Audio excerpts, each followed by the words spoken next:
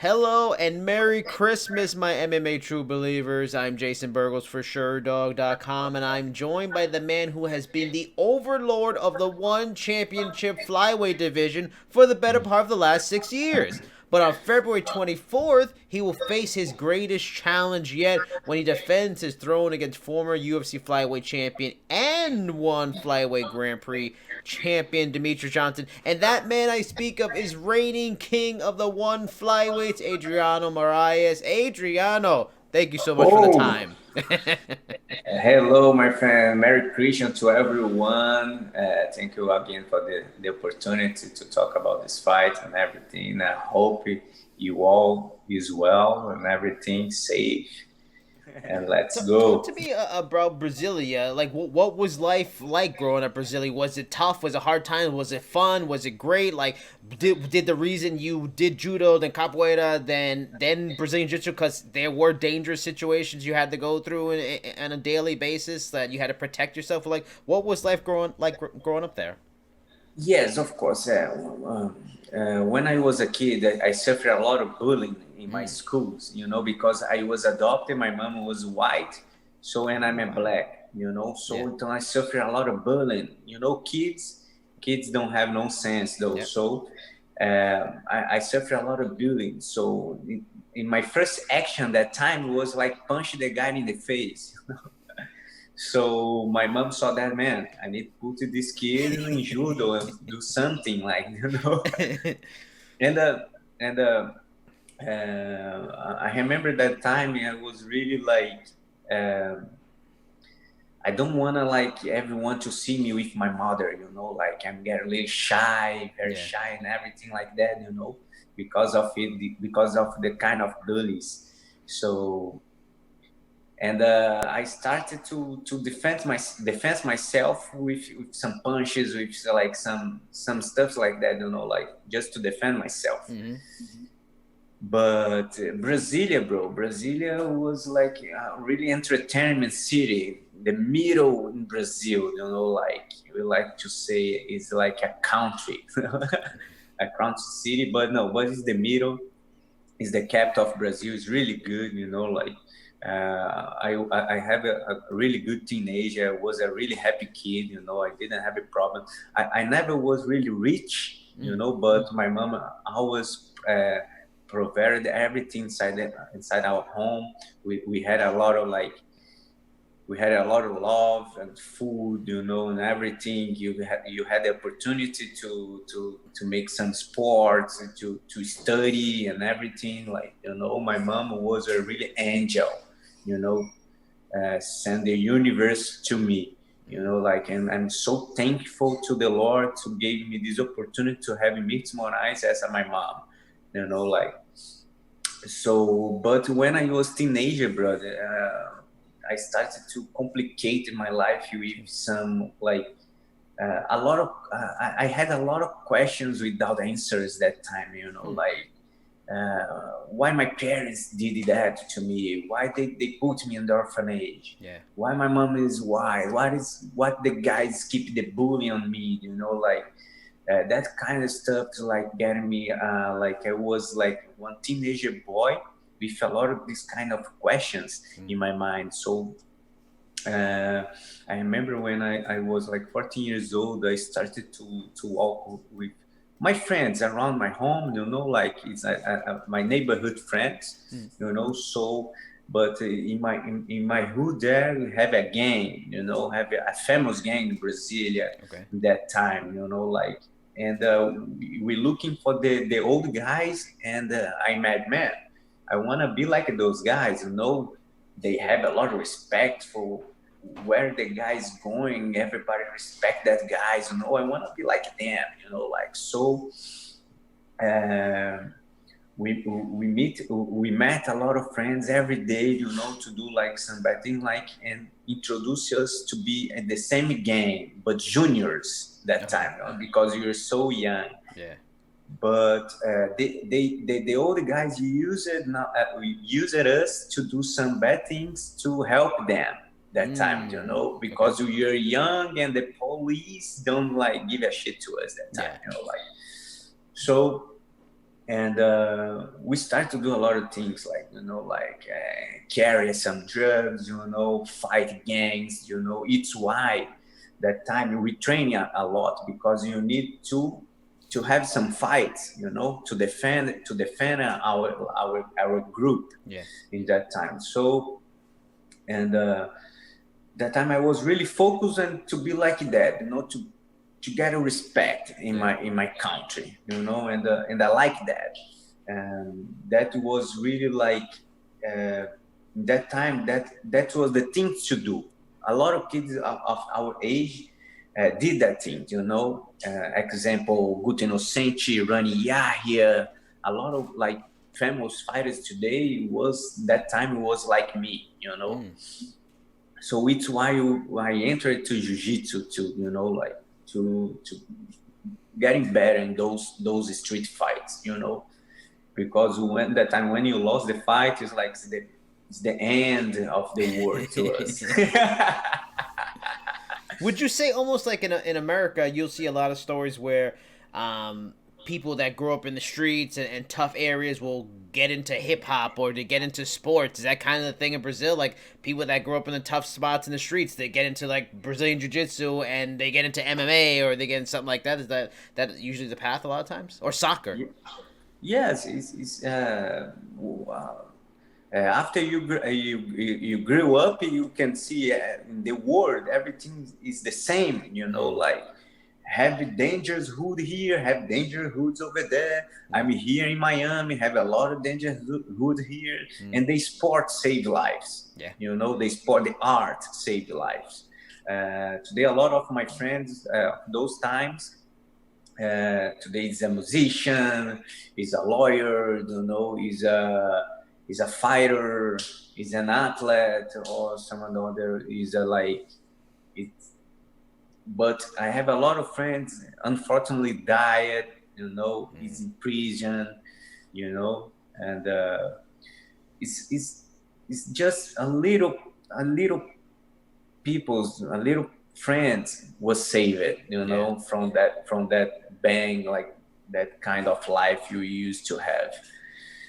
But I like to say I'm saved for jiu-jitsu, because after I started to compete jiu-jitsu, I had another place to focus my energy, Mm. to put on my energy and keep it going in my life, and I like that, and I like that, and I saw that kind of life will help me a lot in my future, you know. Mm.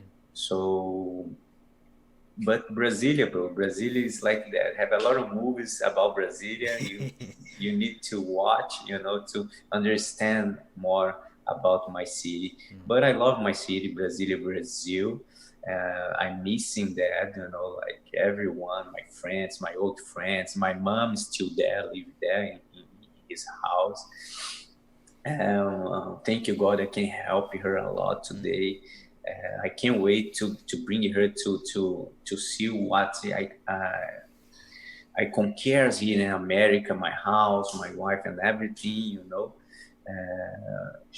I wish she come to this Christmas, but because COVID-19 problems, she cannot Yeah. come this year. But I promise her, after the fight, the world is ours. Now let's talk about this fight. On fight night, you will be one of the tallest fighters Demetrious has ever fought in his career. For the people that watch this and want to learn more about like the technical details of fighting, how do you make your height a huge advantage against DJ in the fight, like on the feet, but especially on the mat where you are a Brazilian Jiu-Jitsu black belt. You'll hear like announcers on shows and broadcasts talk about, oh, this tall guy, he's hell on the ground because of his length and all this stuff. Like, explain why being so much longer can be a great help in grappling. Because I talked to Demetrius earlier, he talked about how good you are when you get a guy's back. Like, how does length help when you got somebody's back too? Yes, of course. When you're long, you don't have long legs, and this is help you a lot. And I have skinny arms, and help me to hug good, Mm. have a good like arm triangle and everything. Mm. For us to defend the takedowns too is better than the short guys, Hmm. for like an MMA fight. Yeah. So So, but DJ doing really good with tall guys too. Also, don't know because man, he was a legend for a reason. Yeah. So, um, I'm really prepared for everything he gonna come for this fight for me. But I really focus on me, like Yeah. I'm keep training my jiu-jitsu every day, and I evolve my Muay Thai game. I wanna put some good elbows on him. I wanna see blood, bro. I wanna see blood. And because I'm gonna fight against Evolve MMA in Singapore, man. I need to go to the finish this fight, and I don't want to leave for the judges, bro. Yeah. Now let's I talk. I don't want to see again the split decision for Yeah. the guy. Like Yeah. I saw that already 3 times in my whole career. Man, it's tough. Now let's talk about seeing blood, because that's kind of the direction I was going. Because at UFC 256, the world saw like a fight of the year candidate in the flyweight title fight between Brandon Moreno and Davison Figueiredo. It was a war. Now the world knows how technically gifted Demetrious is in all aspects of MMA. But the man is a legend, probably the best ever to do it. To win this fight, do you need to make it like Figueiredo and Moreno? Do you need to make this a war? Ugly at times, drag him to later rounds, test his heart, make believe he's up in the streets in Brazilia, like down and dirty? Or do you feel you are just as good technically and expect to shock the world on why and show them that you have the same level of skills he does?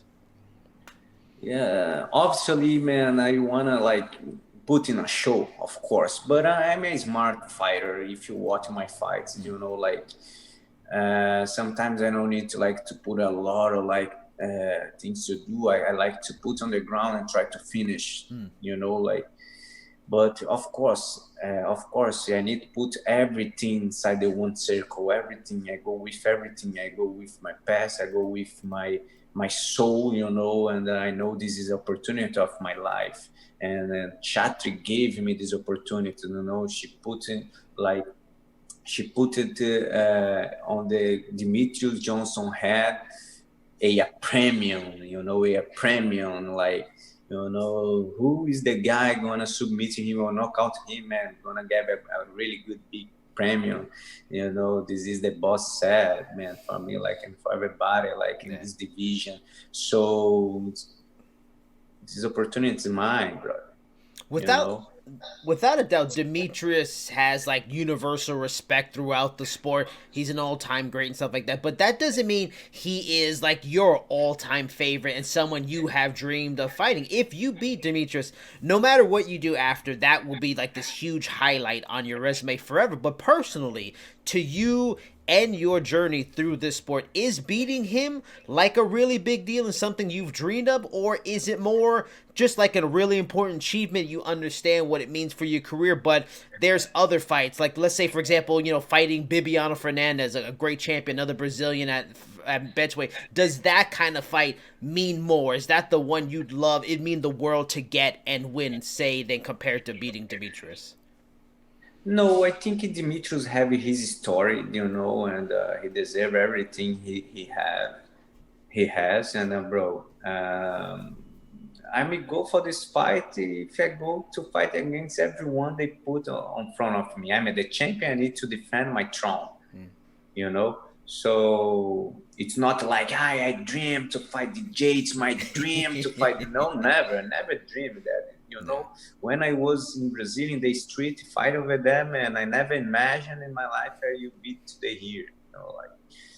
I just enjoy the moments. I just enjoy my journey, the high level today, and just do my best in each moment in my life. And if this opportunity coming, let's go. I'm gonna fight. If you're gonna be Bibiano, let's go. I'm gonna fight. If you're gonna Kairata Kimetov, let's go. I'm gonna fight.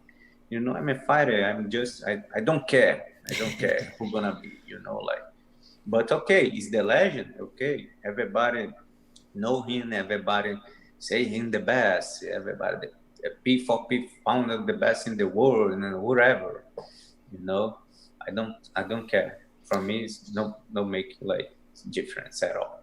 If you beat him, it's a win that is hard to top. So obviously that doesn't mean you stop fighting. You're going to keep fighting. You're going to look for the next challenge. But what would be the next challenge? Are you the type of guy, like I talked to Martin Nguyen, and he talked about how featherweight, he wanted to create this legacy at featherweight, but he's also the same guy that won a title in 2 divisions and almost won titles in 3 divisions. Would your goal kind of be like, if I could beat Demetrius, I think I've done a lot that I can, at least right now at flyweight, to keep it interesting until the next challenger comes? I like Bibiano. I want to fight with Bibiano for his title. Yes, why not? Let's see what's gonna happen against DJ. Let's see. After that, I'm open. I'm open to suggestion. And just Chatri knows what to do to have a big fight. Mm.